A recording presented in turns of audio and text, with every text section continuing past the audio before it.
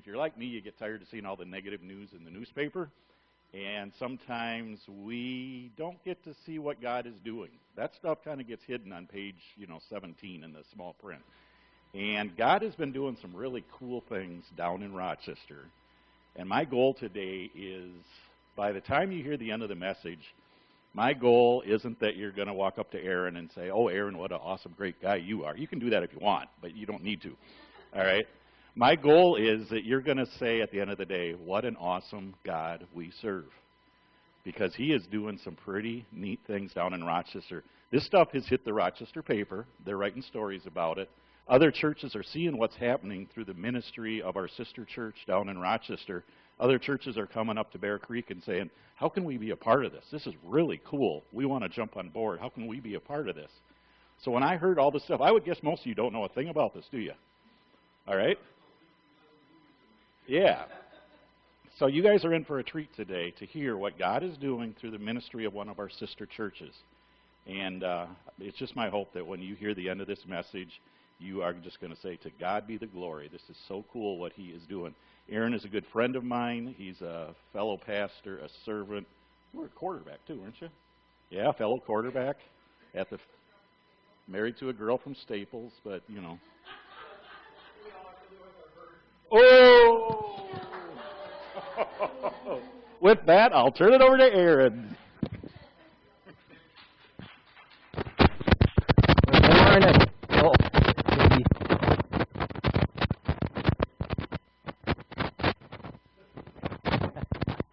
Going to be weekly? That was right. Great.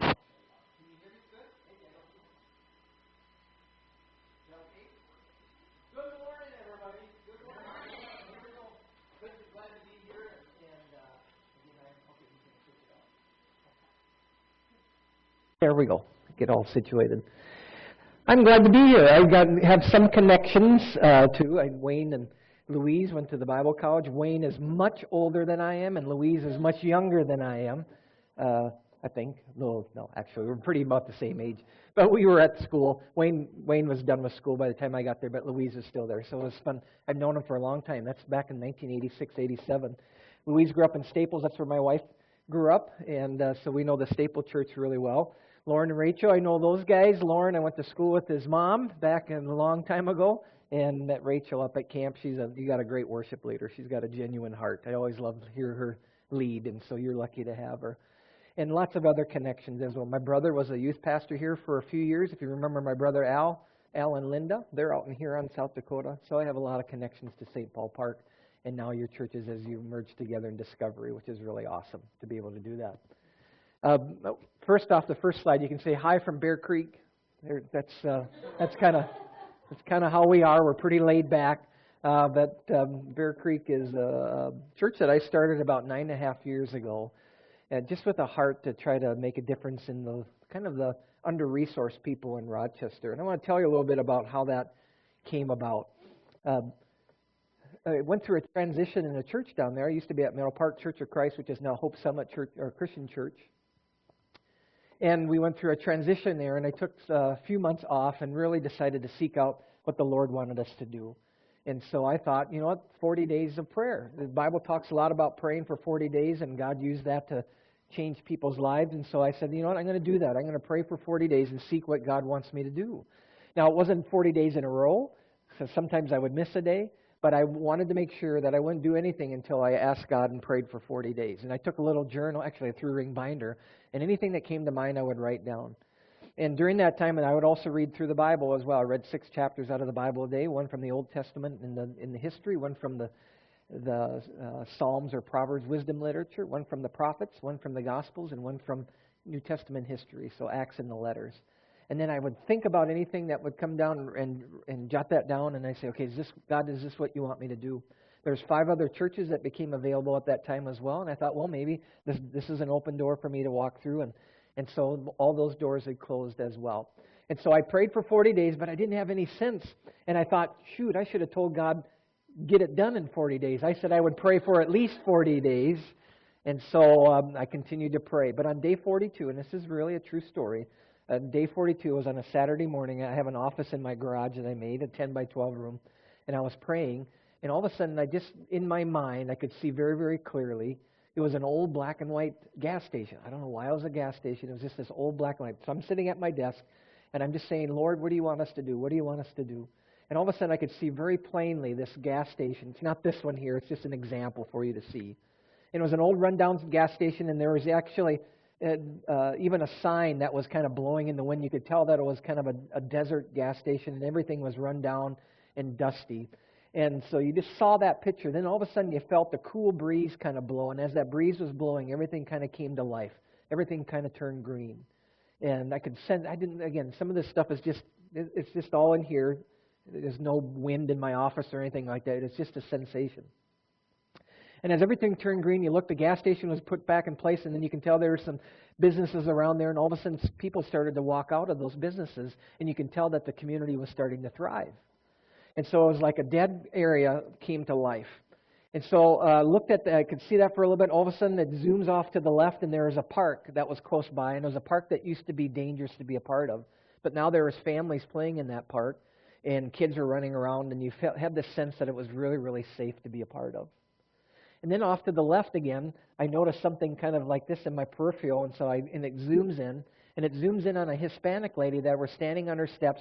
She has this great big grin on her face, and she's just waving at me like crazy, like she was just so happy for whatever reason. But she's just happy to see me, and so I smile back at her. And then the scene, and it kind of goes out, and it says this community is starting to thrive once again.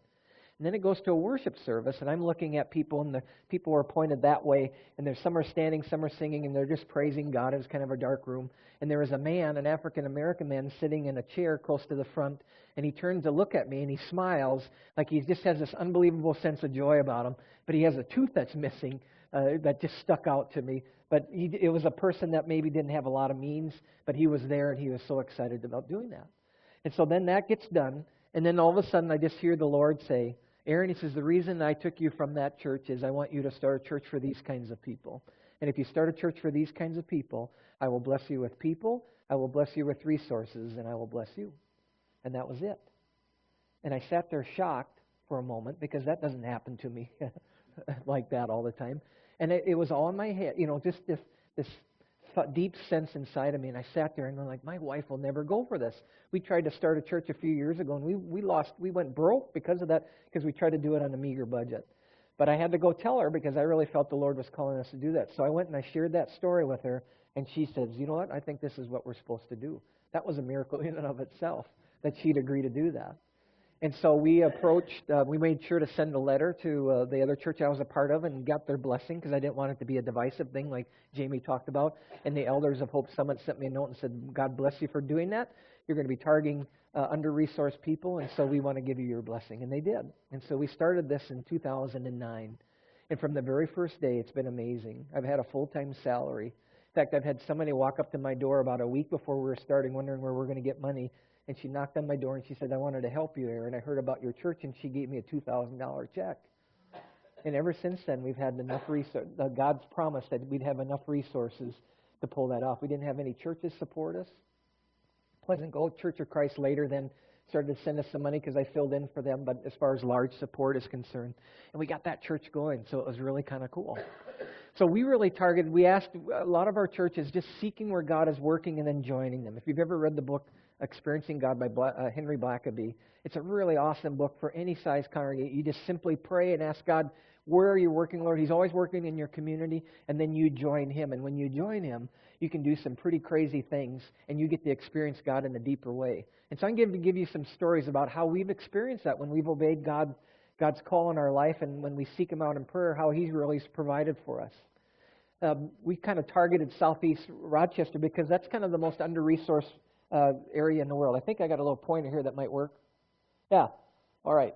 So this is Bear Creek River right here, and it goes all the way through this area. It kind of goes off to the side. But that's kind of why we got our name from.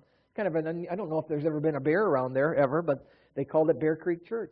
It's kind of a cool name for it. And this is the area. This is the area that we've kind of targeted. And we really sought the Lord where He wanted us to be, and that's where we thought. The first slide is, this is a house we decided our little niche is working with housing. And my co-pastor is Jeff Urban, and he joined us. He heard through the grapevine that we were starting this church, and we were put together by a mutual friend, again, a God thing. And he came and says, hey, I heard you're starting a church. I've been thinking about doing the very same thing. He worked for Salvation Army for 5 years. He also worked for Camp Victory for 11, so he was really connected to Rochester. He's a young guy just turning 40, somewhere in his 40s. And it was such a God thing that when we first met, one of our first meetings that we met and prayed, and then on the way home I was giving a ride to a person that was part of our team, and we were driving by the house that my wife and I owned, our first house that we ever bought when we moved back to Rochester back in 1994. And I was driving by my house, and I go, hey, that's the house that Carrie and I goes, and he looks at me and goes, that's where Jeff Urban lives. That was my co-pastor. Here he lived in that house, that very house. And in fact, he found a picture of my family behind one of the registers, and he gave it to me a little bit later. So we really believe that this is a God thing that we work together. So he'd been driving by this house. It was only half finished, and the shingles needed to be repaired. There was siding only on half of it. And he prayed. He goes, Lord, I pray that someday I can help this family. He just has a really great heart. And for 2 years he prayed that. His wife works at Mayo Clinic in the birthing area, and there was a lady there. She had 6 children, and she was going to have her 7th. And so they were starting to talk about where they lived, and they said they lived in St. Charles, and they lived in a trailer house. But the lady said, but we own a house in Rochester over on 11th Avenue. That was the house.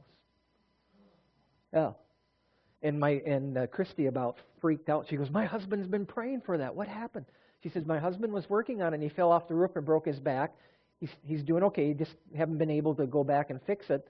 And so she goes, well, my husband's been wondering about it. And they got together and they talked. They said, that would be awesome.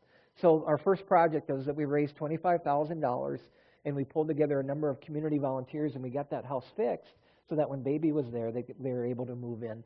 And they were a Christian family, and they just praised God for that. Go ahead.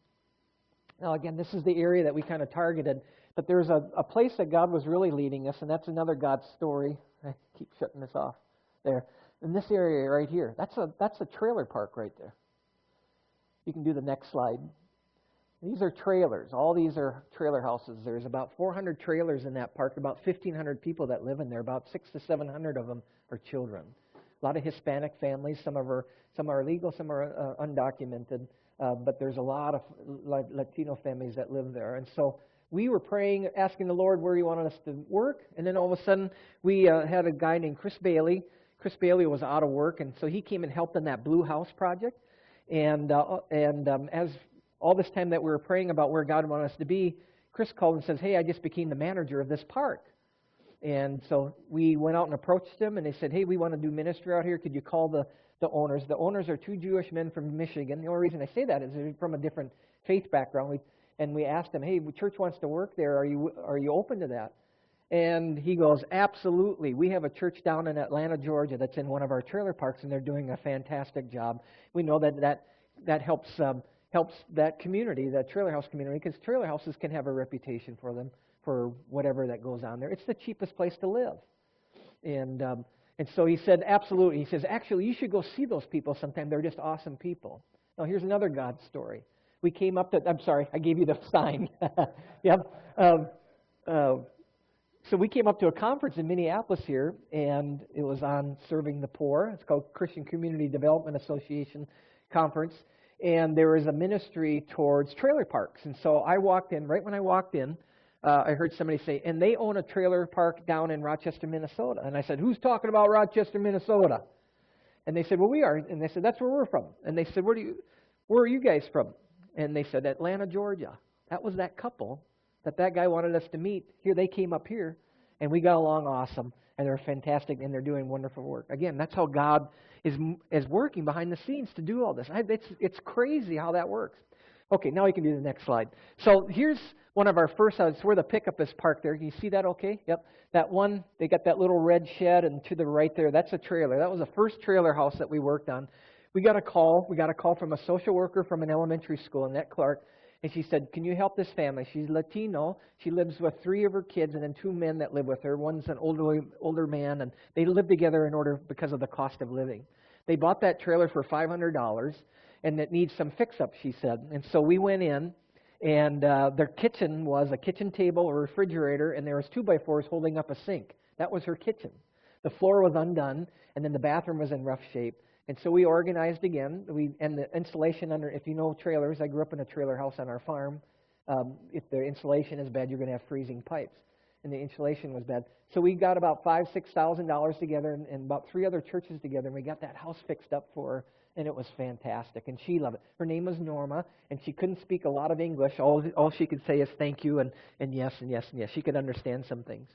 And so we got that all done, and we drywalled, new flooring, new kitchen cabinets. It was fantastic. And so I went over to her house one day. It was during Christmas time, and I knocked on her door, and she let me in, and there was this great big Christmas tree in her living room, and she was so excited about her house. Thank you, Pastor. Thank you, thank you.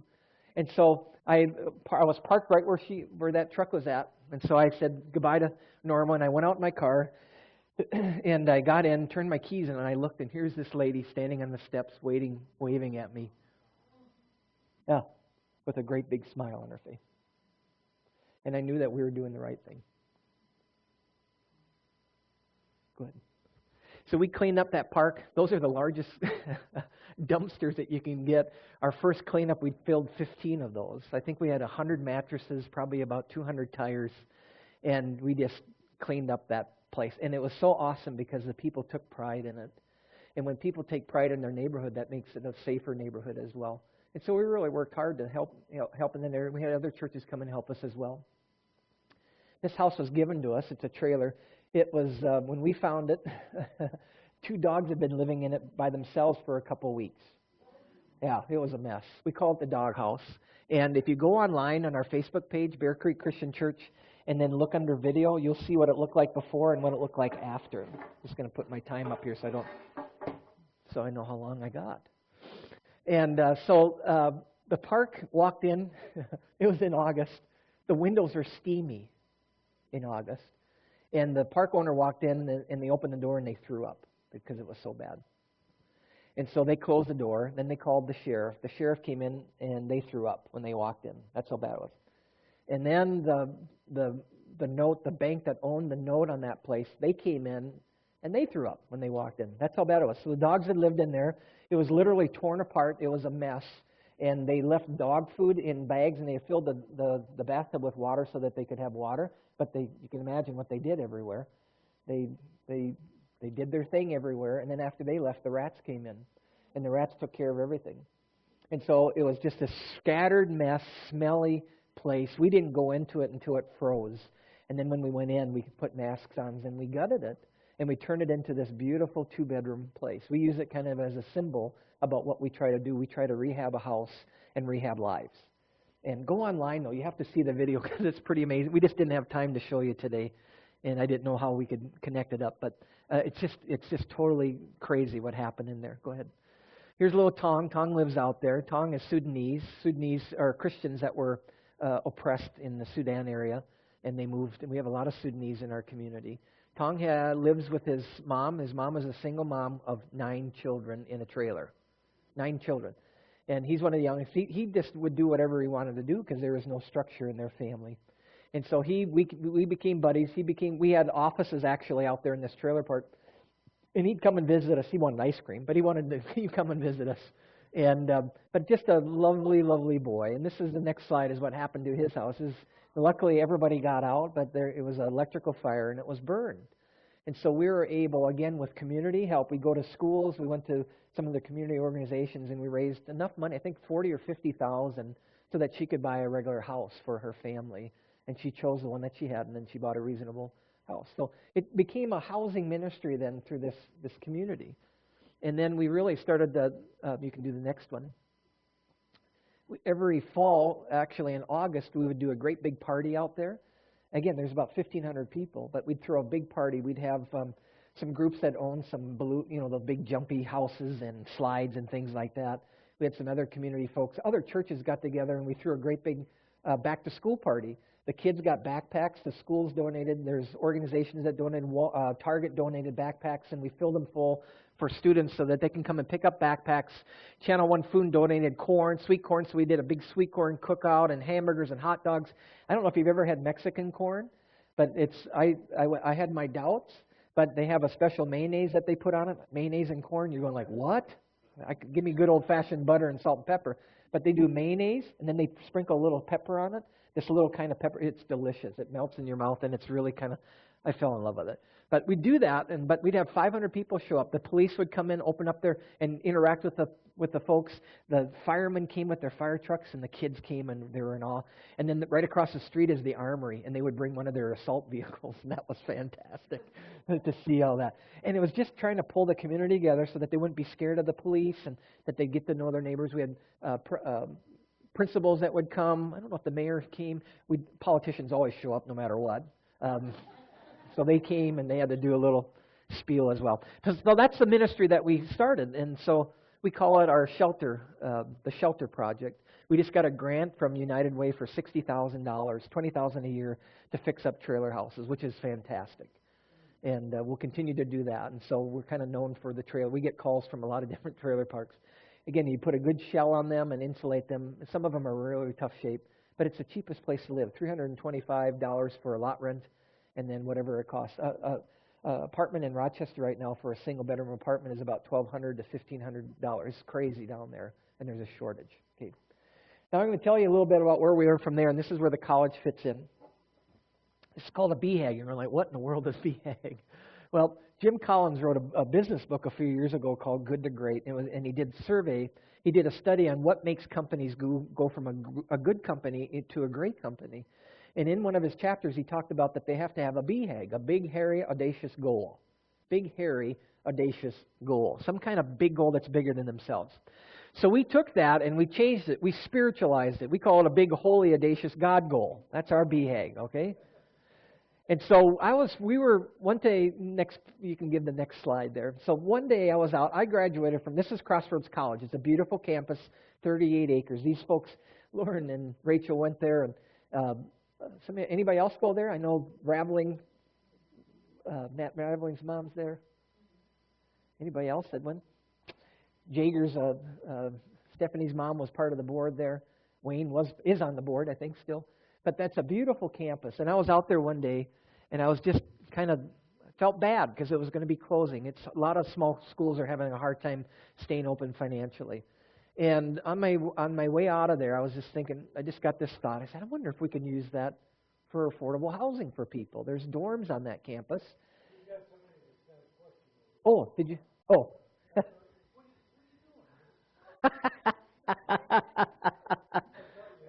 That's okay. Thank you. If you do, that would be great, too. So I called my co-pastor, Jeff, and I said, what do you think? And we kind of laughed. We're going like, yeah, right. But then next time we got together, we had offices in our homes at that time. We got together, we going like, I think we could do this. And so he put together a spreadsheet, and we put the numbers together based on leasing those spaces. And we came up with a number that was possible. And again, this is how God works through things. There was a gentleman that came and bailed out the college, took over the mortgage. He had a large, massive trust of another Christian man, and he knew that it's called the Scott Trust. And Mr. Scott was a Christian man that invested in some Christian ministries when he was living. And so Ron came and he says, you know what, I know that Mr. Scott would want me to help you out. So he took over that debt, about $3.2 million of debt. And he carried that for the college for a couple of years, trying to help them get out of their financial problems. Well, they weren't able to do so.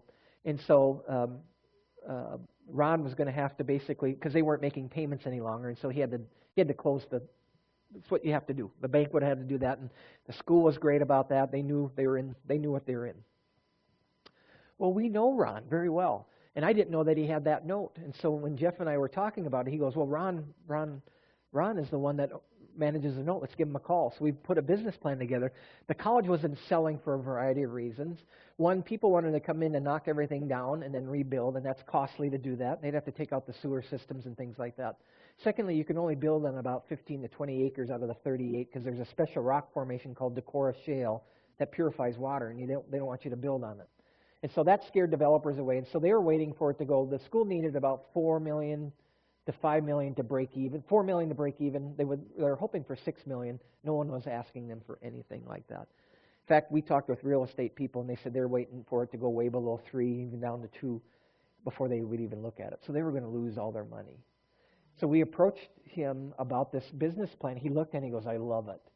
And so long story short, because I don't have a lot more time, he agreed that we would buy, and the college agreed that we would buy the campus, and we would do it on a handshake, and then it would be on a contract for deed, and we would just make the mortgage payments of $18,000 a month, just $18,000 a month, right? And so God provided for that. So we went through all the zoning process and everything, and it was really cool to see the community get behind us. The zoners, that's a process in and of itself. It's basically you spend $30,000 for them to say it's not a school any longer, it's going to be a church. 30 grand. But the money was provided, and we went through that, and they were very supportive. The community got real behind us, and they're excited that we're using that campus for housing. Let's do some pictures. So this is our big, hairy, audacious goal, to purchase Crossroads College campus and transform it into Hope. We haven't come up with a name yet, but we just use Hope Village for now. To provide affordable housing and services to the least of these in our community, to be a place that we want to be a place that we can bless our community. Churches should be a blessing to their community. We're here, sometimes we think that they're there for us, give us a discount, give us all these things. We like to turn it around and say, what can we do for you? And we serve community instead of waiting for them to serve us. So we want to be a place of blessing. We want them to come and walk around on our campus. We want them to use it for events. In fact, we'll build a room for our church service. We're just going to call it a community center. We'll use it for a church, just so that we like to use things multiple ways. And then to be a permanent location for our church ministry. Okay? This is where we meet for worship. Isn't that nice? We have a lakeside building. This is the academic building there, and it's a pond. It's not very big, and it's kind of a mucky pond, but we're going to get that fixed. So we meet in that building there. Right now we rent it out. We have to have partners in order for the money to work out. We rent it out to a charter school until they get their building fixed. And so it's filled with, it's a public school, it's a public charter school, but it's Somalian students. And Somalians come from Somalia, and they are fleeing from war as well, and they have a Muslim background. But it's been really, really good that somebody says, how can you do that? Aren't you worried they're going to rub off? And I'm saying, I'm not worried about them rubbing off on me. They better worry about me rubbing off on them. Because we want to make an impact in their life. And so we got their imam is in our office every day. His name is Ali. He's a wonderful man. And I want them to have a positive experience. They know that we're a church. It's really kind of interesting that they even came, especially the adults. The kids don't care, but the adults.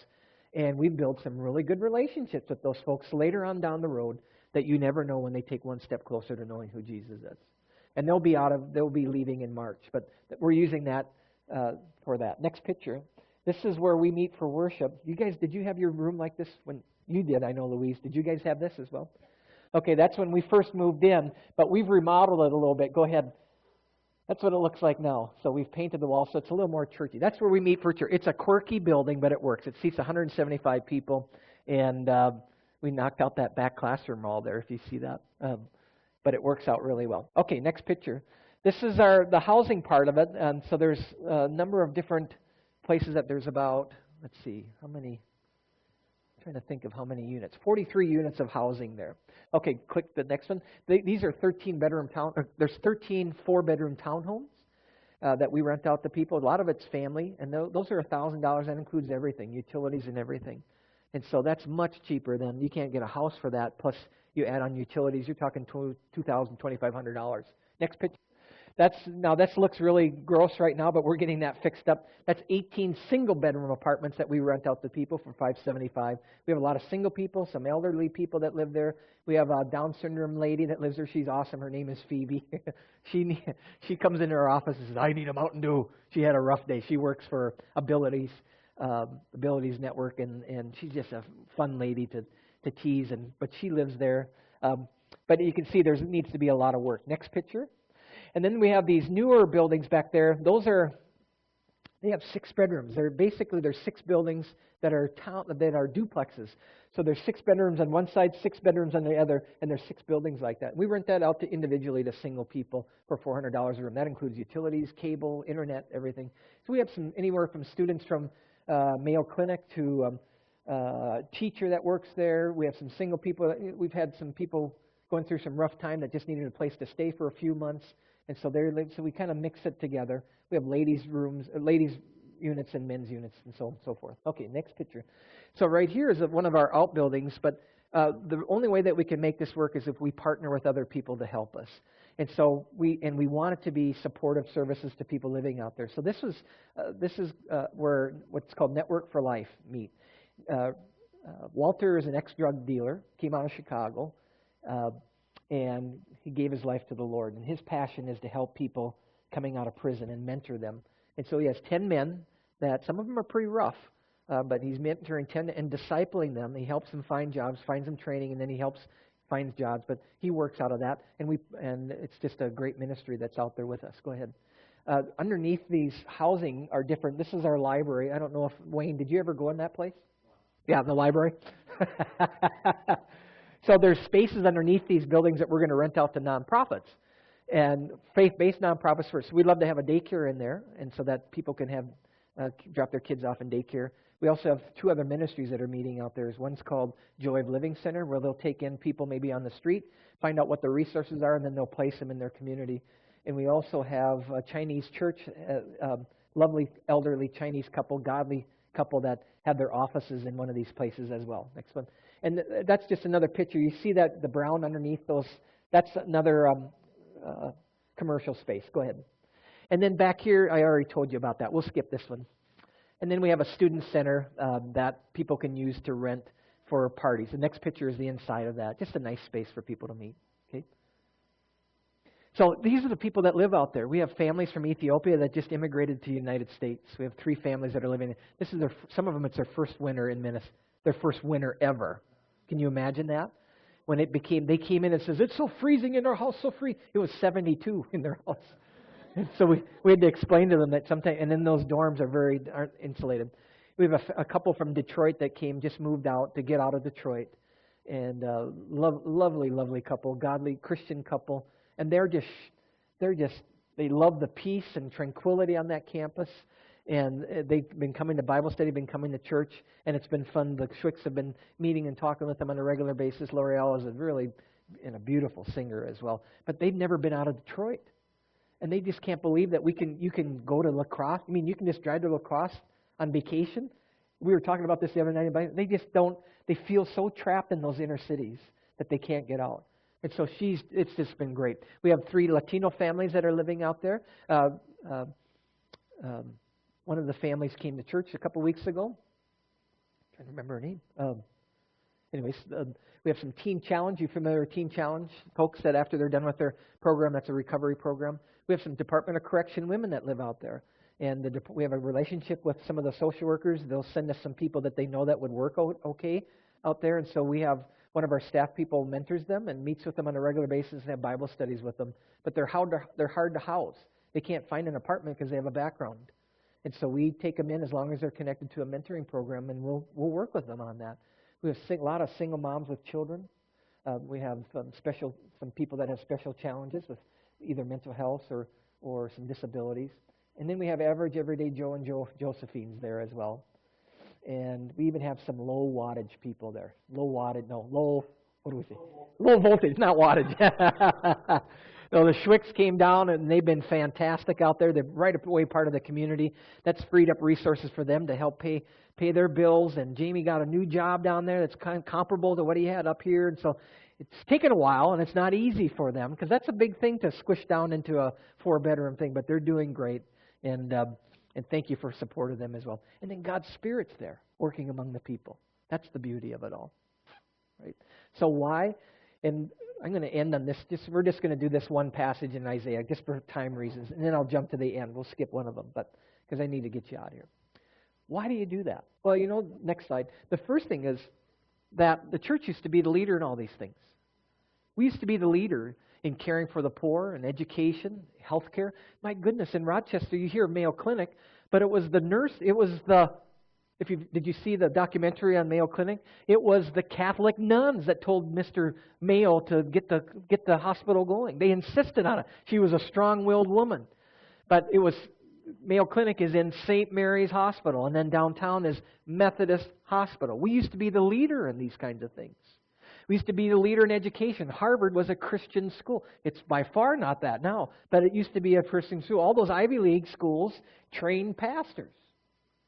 And they would teach them back in the old days when you learned your reading and writing, you would learn about the Bible. That's how they taught you. That was a different culture back then. Community development, missions were big time going into some areas, sometimes good, sometimes not so good, but they'd help. And then orphan care, well, the church used to be the leader of that. Now we kind of resolved to kind of hide behind our buildings, keep all the evil stuff out there from happening, or from coming in here, but let's protect ourselves and get behind the fortress. But we were never, ever to forget about those people there. And the next passage talks about this. In Isaiah 58, the Lord is really frustrated with the people of Israel.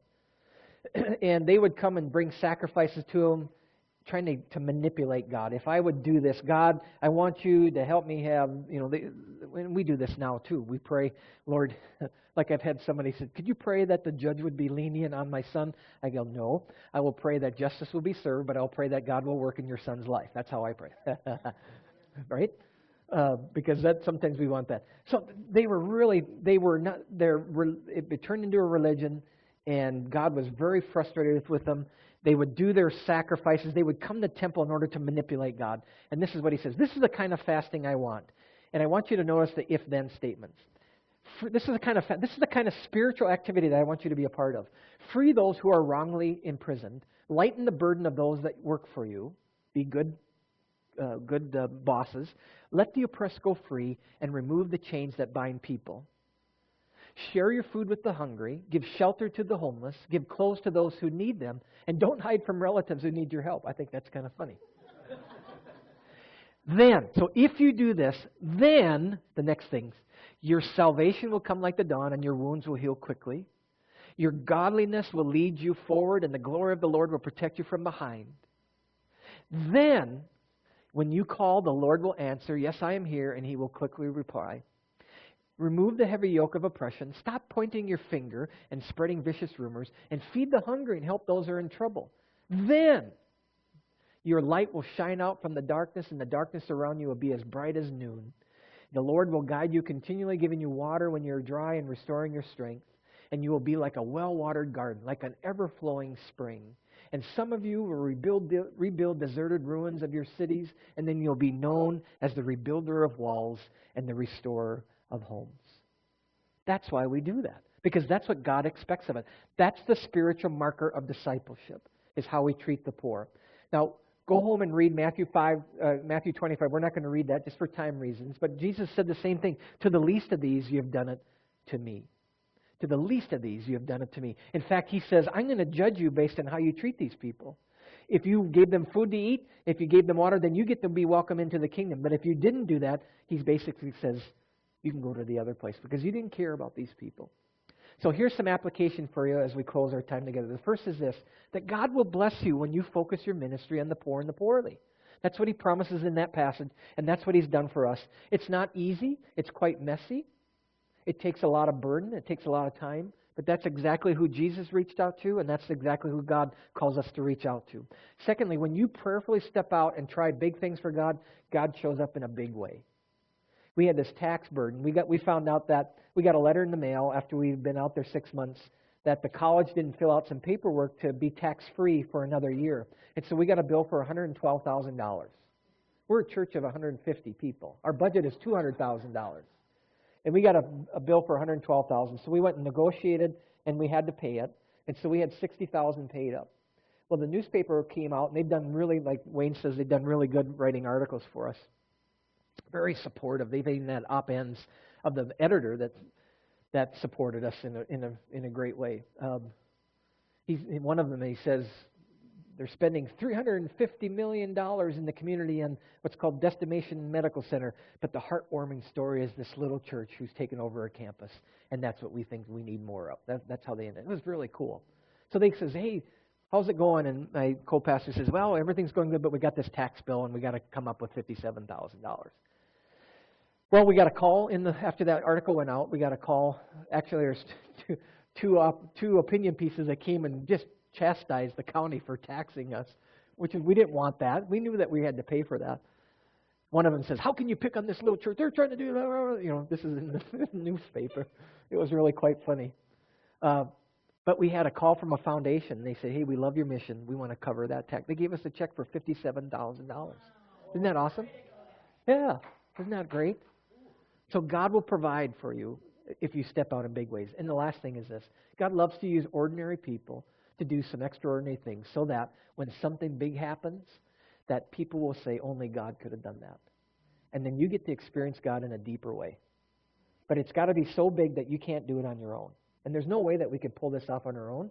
You just simply go out and you try it and you see what happens from there. So the last thing is, what's your BHAG? What's your big, hairy, audacious God goal? Be praying for that for your own church. And don't sit there saying, oh, woe is me, we're just a little church. No. God used fishermen to turn the world upside down. And He can use your community to do the same in this area as well. Let me pray for you, and that's how I'm going to close today, all right? And thank you for letting me come and spending a little extra time with us. I'm sorry about that, but we wanted to make sure you got the big picture of what's happening. But let's pray together. Lord, thank you so much, first off, for loving us and saving us, sending your Son Jesus to come into the world to die for our sins so that we might have hope. But you didn't want us to stop there. You wanted us to help you put the world back right again. That's what our job is as we're living here until you come to take us back with you. It's not to hide. It's not to go out into the mountains and keep ourselves safe. It's to get right in the middle of the mess and help restore a broken, lost world.